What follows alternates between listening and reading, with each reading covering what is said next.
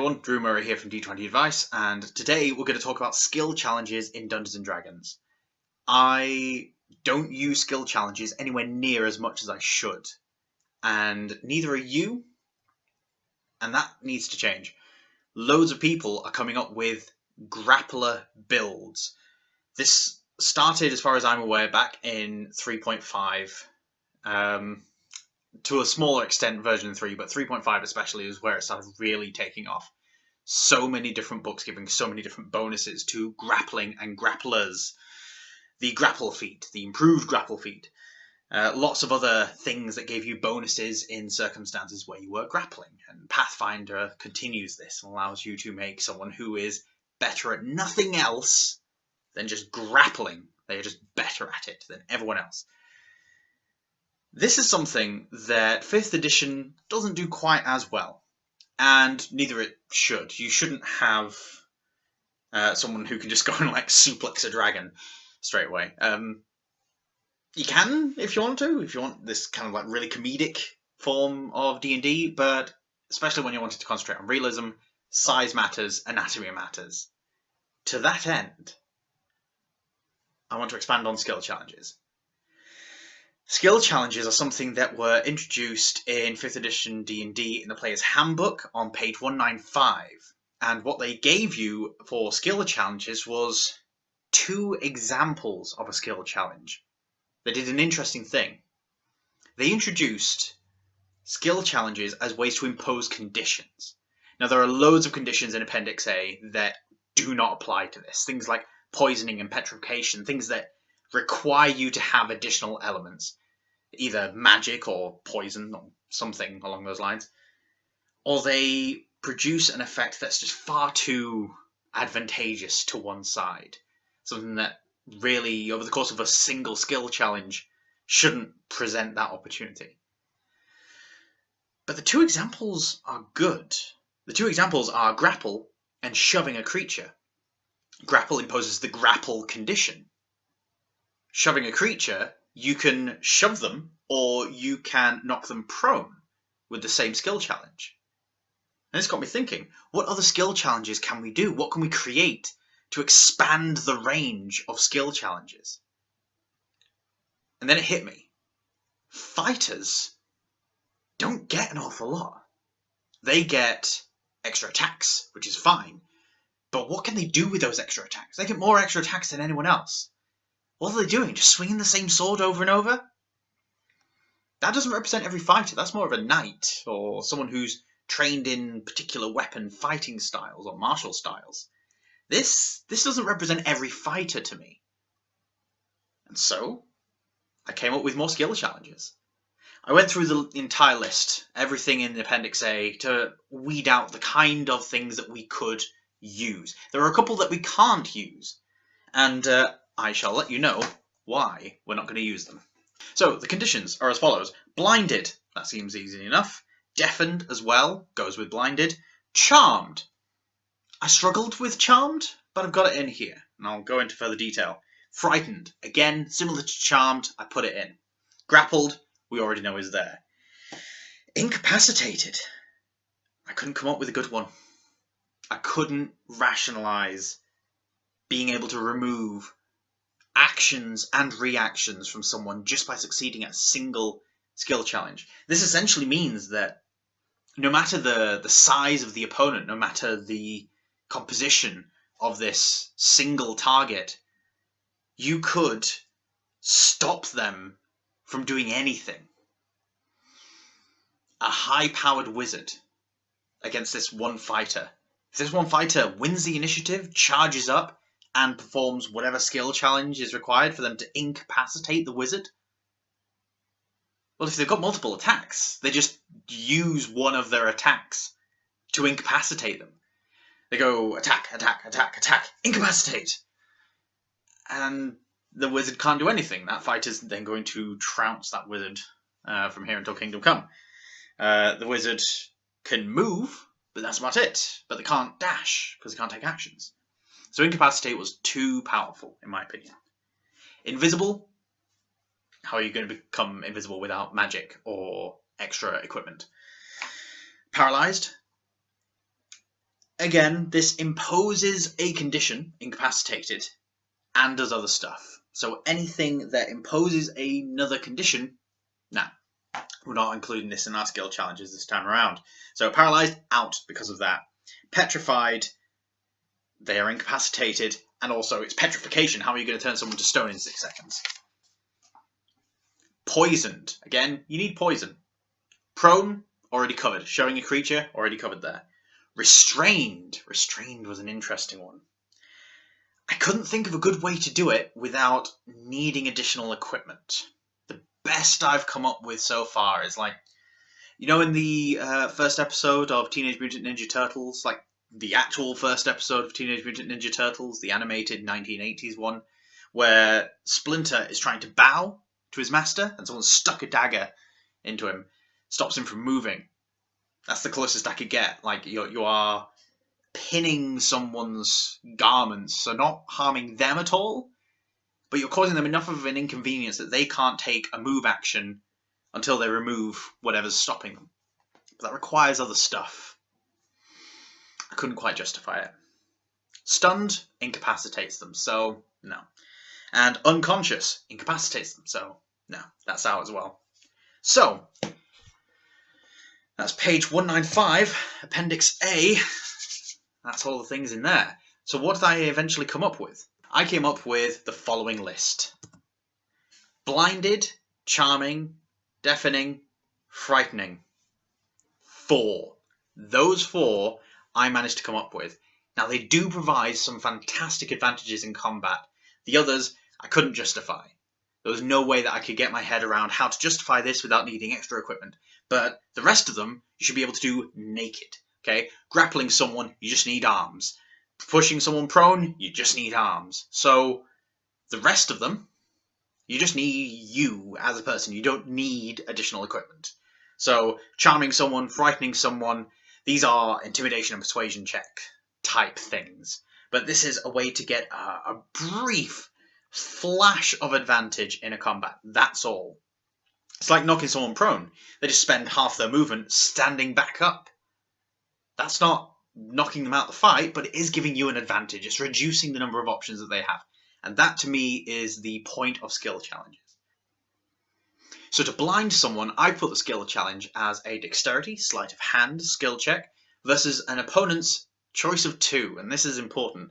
The opponent needs to get the choice of 2 for it to be fair. So strength, athletics, or dexterity, acrobatics. So this is you poking someone in the eye or grabbing some dirt from the ground and flinging it into their face. And this is them either powering through it, closing their eyes at the right moment, dodging out the way, just generally being well versed in having this sort of thing happen to them. So they push through with athletics. They just sort of quickly wipe it away, power on through it. That's the kind of thing that blinding is. And blinding just gives you an advantage. Sort of. Gives everyone an advantage on attacks against them, and it gives them disadvantage on attacks against other people. This is significant. For 6 seconds, you're essentially reducing the opponent's armor class by 3 and their attack rolls by 3. For 6 seconds, for a whole round.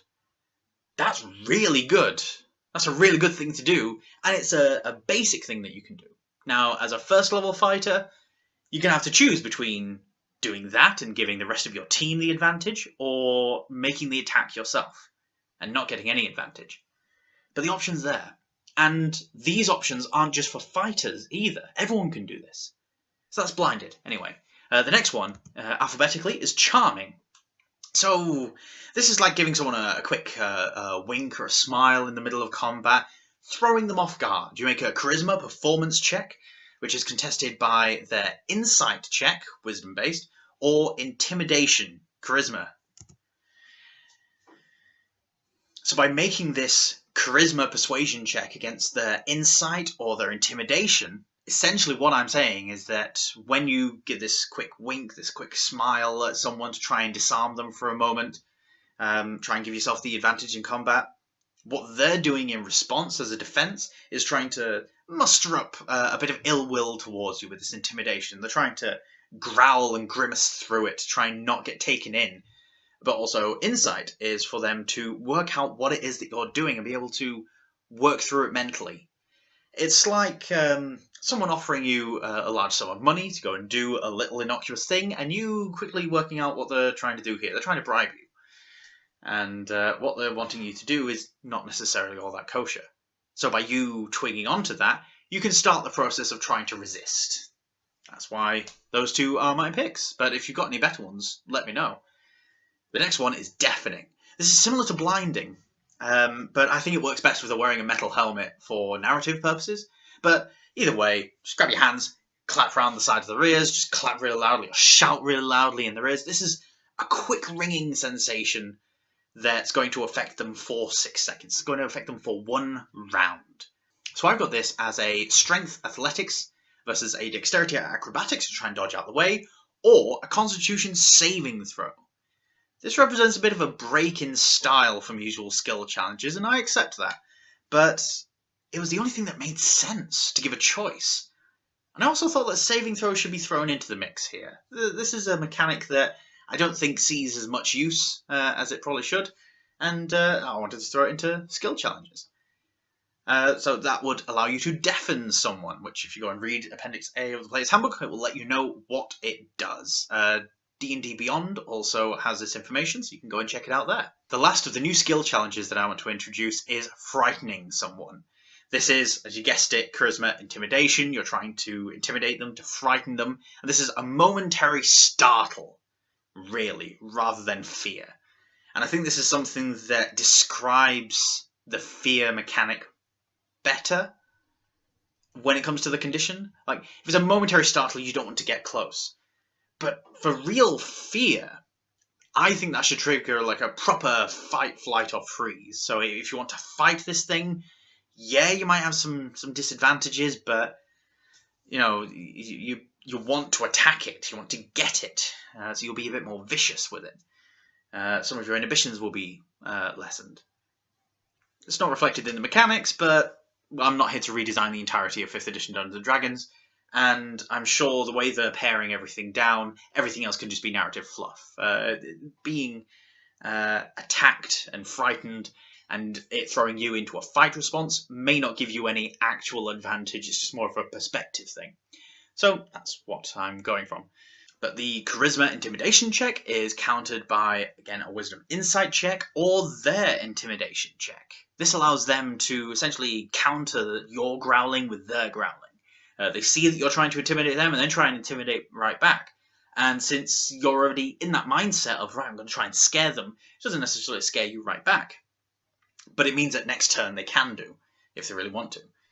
But it's something that can falter your attempt at trying to intimidate them. You try screaming at them, they scream back, and you think better of it. But you're bolstered by the adrenaline of you making this attempt first.